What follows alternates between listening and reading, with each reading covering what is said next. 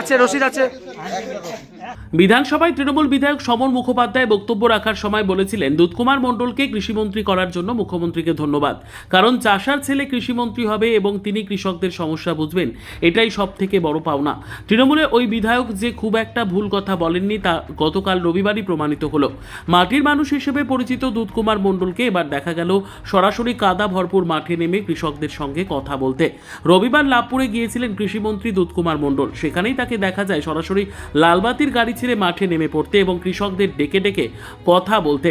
শুধু তাই নয়, এর পাশাপাশি তিনি অন্নদাতা কৃষকদের সঙ্গে হাত মেলান এবং তাদের পাশে সবসময় থাকার প্রতিশ্রুতি দেন। দুধকুমার মণ্ডল মন্ত্রী হওয়ার পরেও এইভাবেই সাদামাটা মানুষের মতো জীবনযাপন করছেন, তা বিভিন্ন সময় লক্ষ্য করা গিয়েছে। কখনো স্কুটিতে চড়ে তাকে সিউড়ির শহরের অলিগলি ঘুরে বেড়াতে দেখা গিয়েছে, কখনো আবার তাকে দেখা গিয়েছে নিজেই সবজি বাজারে গিয়ে সবজি কিনতে। এমন ভুরি ভুরি উদাহরণ রয়েছে মাটির মানুষ দুধকুমার মণ্ডলের জন্য। তোমরা নিজেরা চাষ করো না,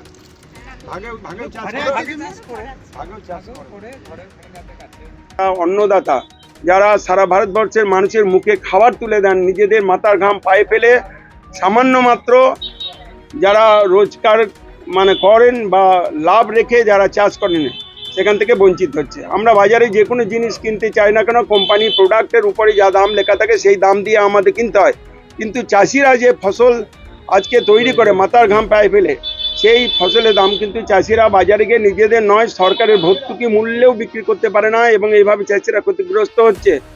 নানাভাবে চাষিদের এই যে বঞ্চনা এবং বঞ্চিত হওয়া চাষিদের আজ দুঃখকে আমরা বুঝতে পেরে আমাদের মনে হয়েছে আশু কর্তব্য এটা।